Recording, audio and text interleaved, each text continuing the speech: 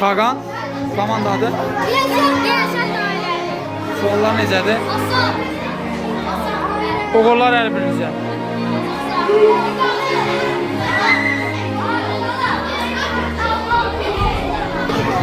Ömər komanda adı.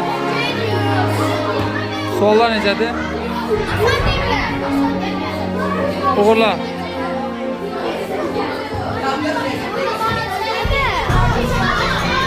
Yaxşı.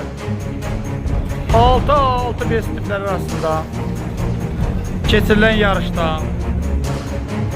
hər bir komandaya 10 sual təqdim olunur.